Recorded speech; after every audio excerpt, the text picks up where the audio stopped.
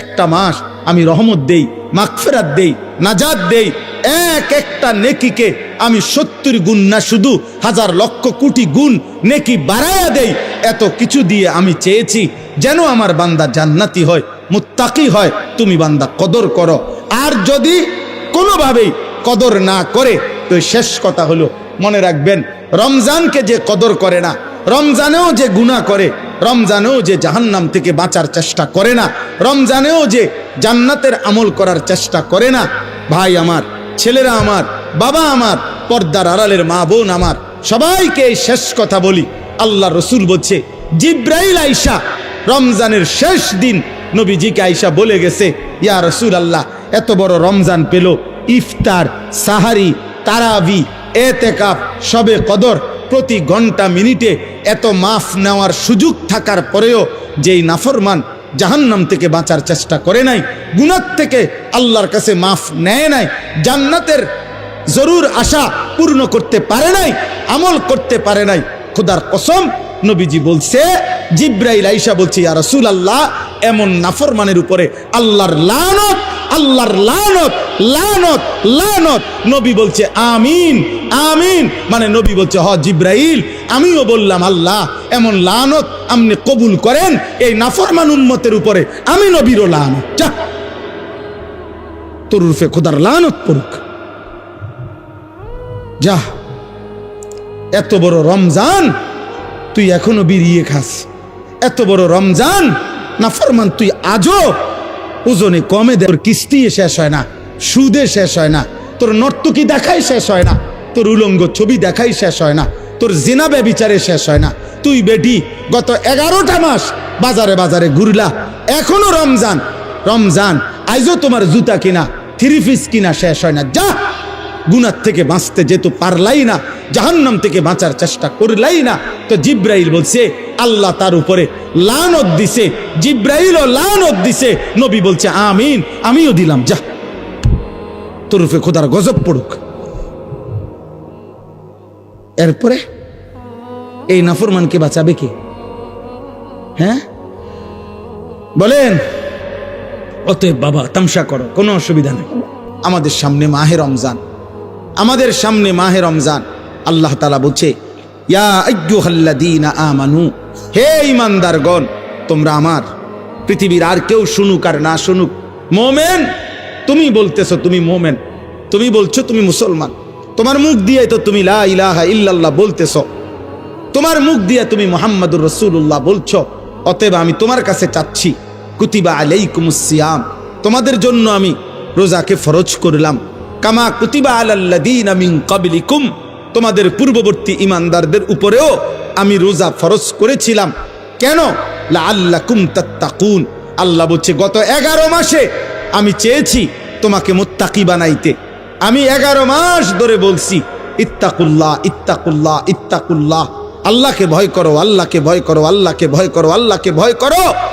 কিন্তু কোনো পাত্তা দিলা না বান্দা, কোনো পাত্তা দিলা না।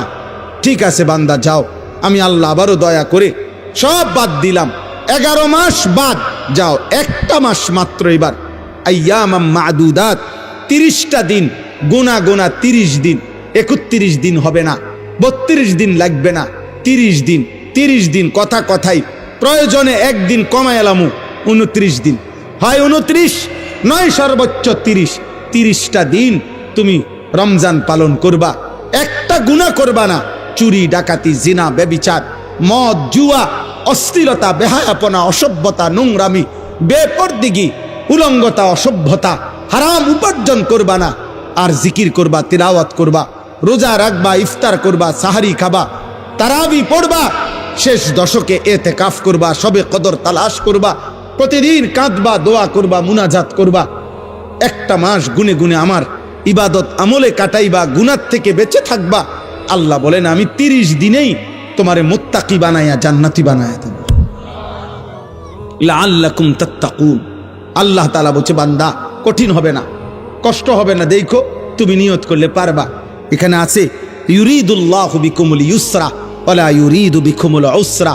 আল্লাহ তাআলা বলে, বান্দা, আমি যেমনে যেমনে রমজান সাজাইছি, রমজান, রোজা, ইফতার, সাহারি, তারাবি, এতেকাফ, শবে কদর, যেটা যেমনে সেটিং করছি, আল্লাহ বলে বান্দা বিশ্বাস করো, আমি আল্লাহ খেয়াল রাখছি তোমার যেন সহজ হয়, কঠিন যেন না হয়।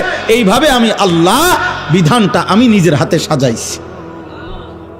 ইউরিদুল্লাহু বিকুমুল ইউসরা, তোমার কঠিন হবে না, তোমার কঠিন হবে না। আমি জানি তোমার ভিতর বাহির, তোমার শরীরের যোগ্যতা কদ্দুর, এ তো আমি দিছি বান্দা।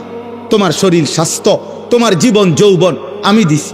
তুমি অসুস্থ প্রচন্ড, কোনোভাবেই তুমি পারবা না, তো ঠিক আছে, ফামান কানা মিনকুম মারিদান, তুমি যদি প্রচন্ড অসুস্থ হও, যে অসুস্থতা রোগ বেড়ে যাবে রোজা রাখলে, তো ঠিক আছে, যখন সুস্থ হও তখন তুমি কাজা করে নিও। আল্লাহ বলছে লম্বা পথ সফর করবা, তোমার কষ্ট হবে, মুসাফির, ঠিক আছে, তুমি ওই সময় রোজা ছেড়ে দিও, অন্য সময়ে যখন বাড়িতে থাকবা কাজা করে নিও।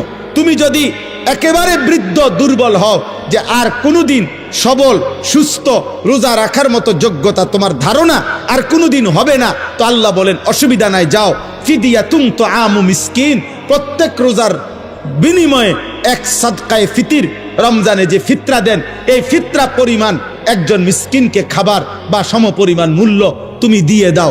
আল্লাহ বলেন সব রকমের সুযোগ রাখছি। প্রচন্ড দুর্বল হলে কি করবা, মুসাফির হইলে কি করবা, একেবারে বৃদ্ধ হইলে কি করবা, এইভাবে গর্ভস্থিত নারী যার গর্ভে বাচ্চা আছে তার জন্য কি করতে হবে, আল্লাহ তাআলা বলেন আলাদা আলাদা করে বলছি, কঠিন কিছু বলি নাই। সন্ধ্যা থেকে নিয়ে সুবহে সাদিক পর্যন্ত খাও, পান করো, স্বামী স্ত্রী মিলামেশা করো, সুবহে সাদিক থেকে সূর্যাস্ত পর্যন্ত শুধু এটুকু সময় খাদ্য খাবার থেকে বিরত থাকো। শেষ দশক এতেকাফের চেষ্টা করো, বেজর রাত্রিগুলো সবে কদর তালাশ করো, গুনাহ কইরো না। বাজারে তো সারা বছরই যাইতে পারবা, কাপড় লুঙ্গি শার্ট শাড়ি থ্রি পিস জুতা এ তো সারা বছরই কিনতে পারবা। একটা মাস আমি রহমত দেই, মাগফিরাত দেই, নাজাত দেই, একটা নেকিকে আমি 70 গুণ না শুধু হাজার লক্ষ কোটি গুণ নেকি বাড়ায়া দেই। এত কিছু দিয়ে আমি চেয়েছি যেন আমার বান্দা জান্নাতি হয়, মুত্তাকি হয়। তুমি বান্দা কদর করো, আর যদি কোনোভাবেই কদর না করে তো শেষ কথা হলো মনে রাখবেন, রমজানকে যে কদর করে না, রমজানেও যে গুনাহ করে, রমজানেও যে জাহান্নাম থেকে বাঁচার চেষ্টা করে না, রমজানেও যে জান্নাতের আমল করার চেষ্টা করে না, ভাই আমার, ছেলেরা আমার, বাবা আমার, পর্দার আড়ালের মা বোন আমার, সবাইকে এই শেষ কথা বলি। আল্লাহ রসুল বলছে জিব্রাইল আইসা রমজানের শেষ দিন নবীজিকে আইসা বলে গেছে, ইয়া রসুল আল্লাহ, এত বড় রমজান পেল, ইফতার, সাহারি, তারাবি, এতেকাফ, শবে কদর, প্রতি ঘন্টা মিনিটে এত মাফ নেওয়ার সুযোগ থাকার পরেও যেই নাফরমান জাহান্নাম থেকে বাঁচার চেষ্টা করে নাই, গুনাহ থেকে আল্লাহর কাছে মাফ নেয় নাই, জান্নাতের জরুর আশা পূর্ণ করতে পারে নাই, আমল করতে পারে নাই, খোদার কসম নবীজি বলছে, জিব্রাইল আইসা বলছে, ইয়া রাসূলুল্লাহ, এমন নাফরমানের উপরে আল্লাহর লানত, আল্লাহর লানত, লানত, লানত। নবী বলছে আমিন, আমিন, মানে নবী বলছে হ জিব্রাইল, আমিও বললাম আল্লাহ এমন লানত আপনি কবুল করেন এই নাফরমান উম্মতের উপরে, আমি নবীরও লানত, যা তোর রূপে খোদার লানত পড়ুক, যা।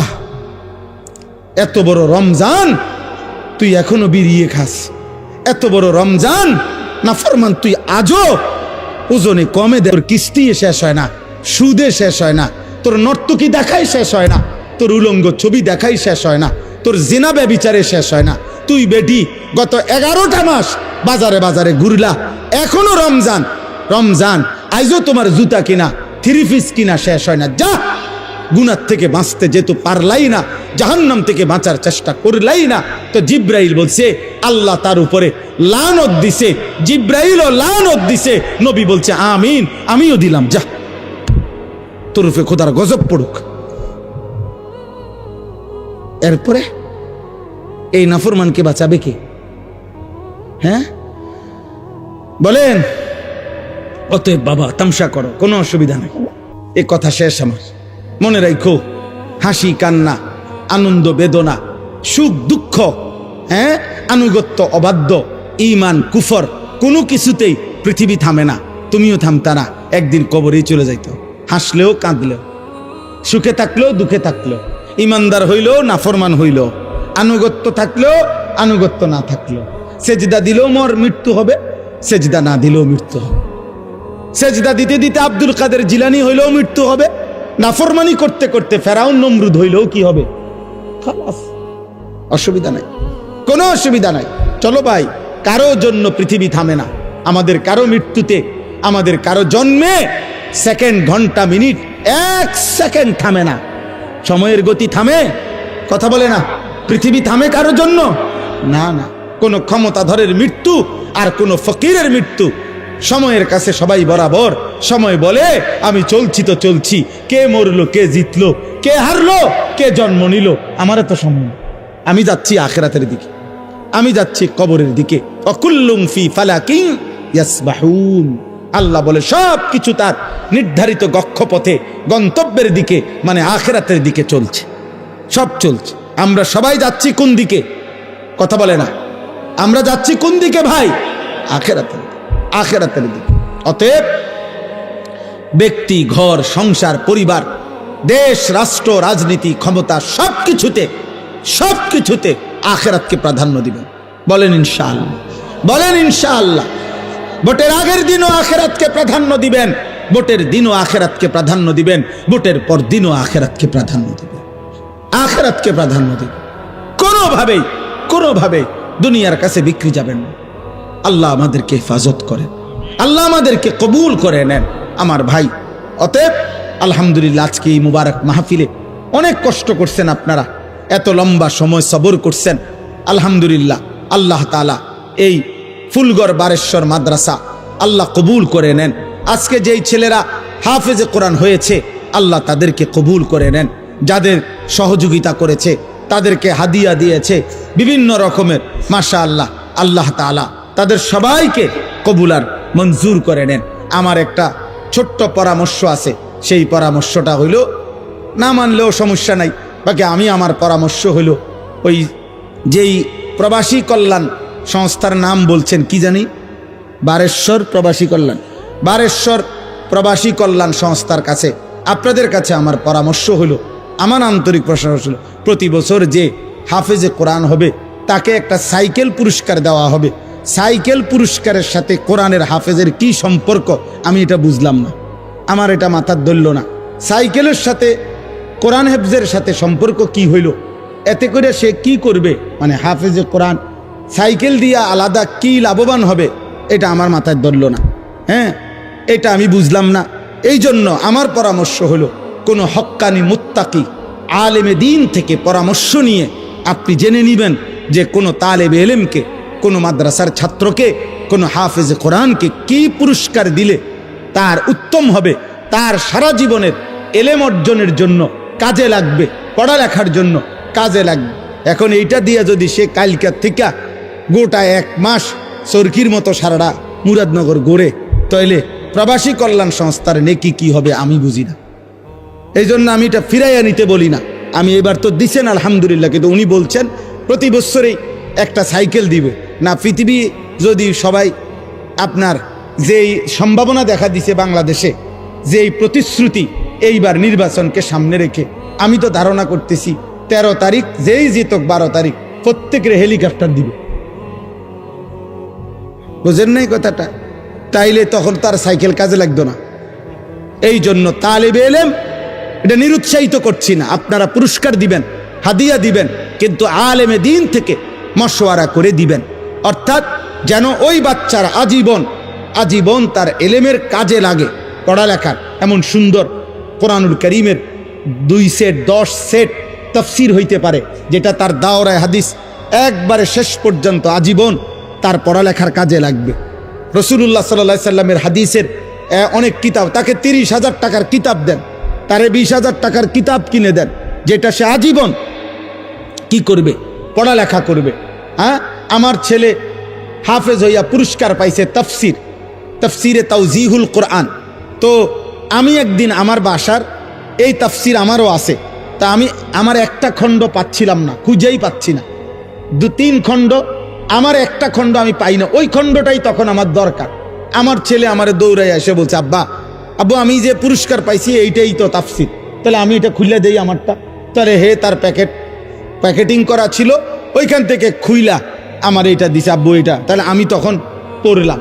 আমার অনেক কিতাব আমার সন্তান পড়ে, আমার সন্তানের কিতাবও আমি পড়ে আমার উপকার হয়েছে।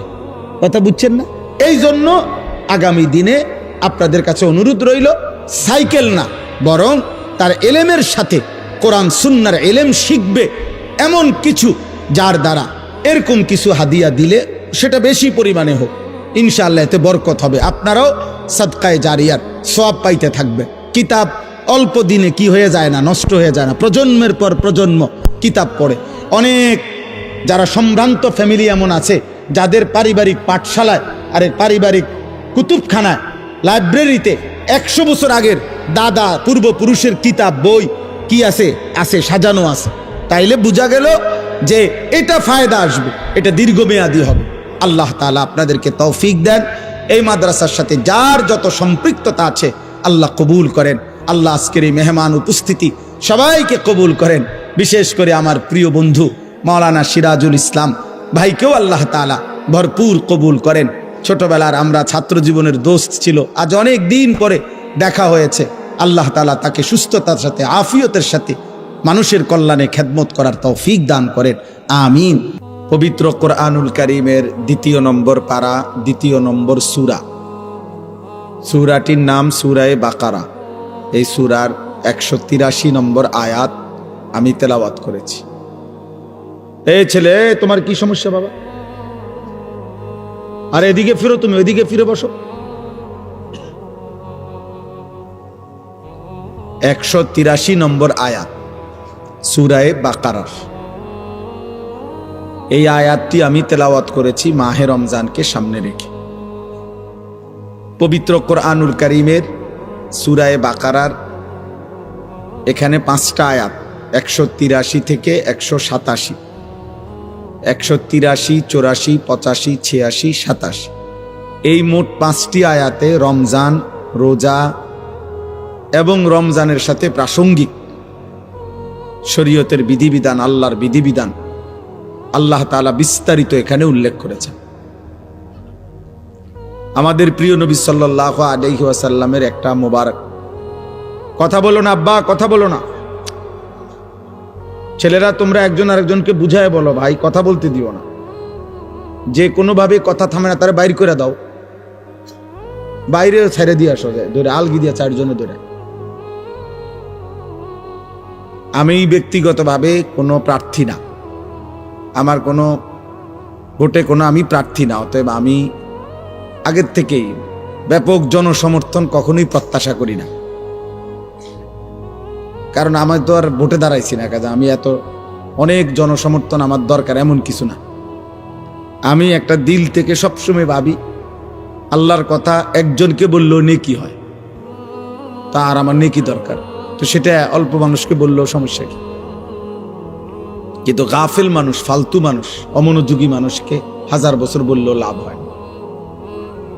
যেই কলস উল্টানো, যেই জগ উল্টানো, উল্টানো কলসিতে 1 সাগর পানি ঢাললেও এটা কোনোদিন পুরবে না, কারণ এটা তো কলসটা কি উল্টা। নবী সাল্লাল্লাহু আলাইহি ওয়াসাল্লাম এটা হাদিসে বলছেন, কিছু মানুষের অন্তর উল্টান কলসির মতো, কালকুজে মিরবাদান, উল্টানো কলসির মতো। নবীজি সাল্লাল্লাহু আলাইহি সাল্লাম বলছেন, মানে কলস উল্টান, দিলটাও উল্টান।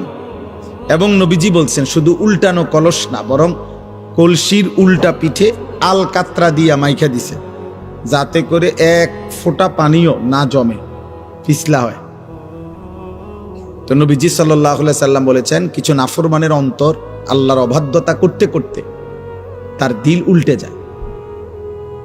ফলে একটা সময় হয় এমন, লা ইয়ারিফু মারুফান ওয়ালা ইউনকিরু মুনকার, তখন আর কখনোই পরবর্তীতে আল্লাহর গজব যখন হয়, তখন আর কখনোই তার ওই উল্টা অন্তরে কোনো নেক কাজকে নেক কাজ মনে হয় না, কোনো গুনার কাজকে গুনাই মনে হয়। এটা মানুষের জীবনের সবচেয়ে বড় দুর্ভাগ্য। কারণ এটুকু অনুভূতি যদি কারো চলে যায়, তো তার জীবনে আর কিছু থাকে না। কম বেশি ভুল পাপ দোষ ত্রুটি আমাদের সবার আছে, হুজুরেরও পাবলিকেরও, ফির সাহেবেরও মুরিদ সাহেবেরও। কিন্তু বিষয়টা হলো অনুভূতি থাকা, নিজের বিবেক বোধ কাজ করে, আত্ম অনুভূতি আছে যে না, কাজটা আমি ঠিক করিনি।